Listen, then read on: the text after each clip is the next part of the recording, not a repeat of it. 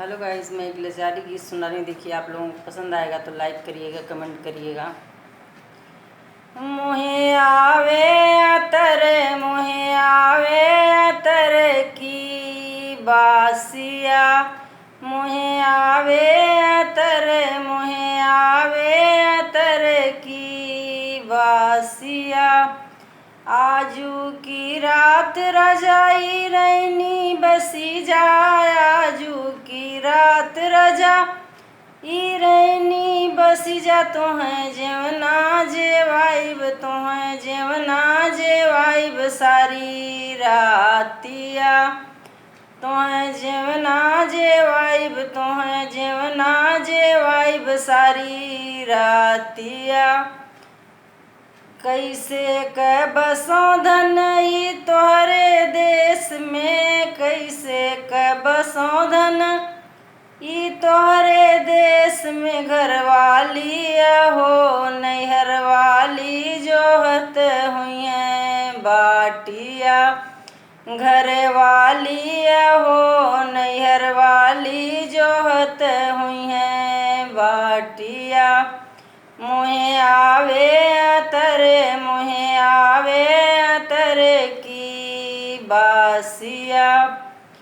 आजू की रात रजाई रैनी बसी जाए, आजू की रात रजा ई रैनी बसी जा। तोहें गेड़ुआ घोटाइब, तोहें गेड़ुआ घोटाइब सारी रातिया, तोहें गेड़ुआ घोटाइब, तोहें गेड़ुआ घोटाइब सारी रातिया। कैसे क बसों धन ई तोहरे देश में, कैसे क बसों धन ई तोहरे देश में। घरवाली हो नैहर वाली जोहत हुई बाटिया, घरवाली हो नैहर वाली जोहत हुई बाटिया। मुहे आवे अतर, मुहे आवे अतर की बासिया। आजू की रात रजाई रैनी बसी जाए, आजू की रात रजाई रैनी बसी जा।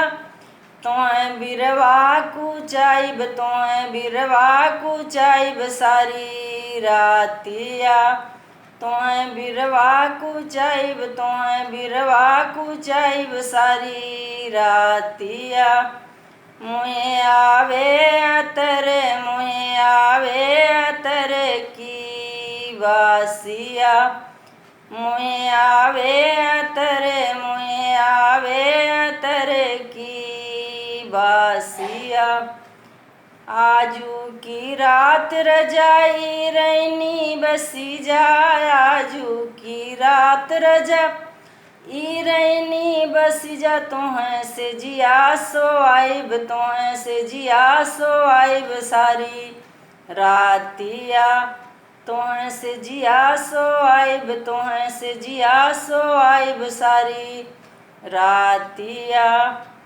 कैसे क बसों धन ई तोहरे देश में, कैसे क बसों धन ई तोहरे देश में। घरवाली हो नैहर वाली जोहत हुई बाटिया, घरवाली हो नैहर वाली जोहत हुई बाटिया।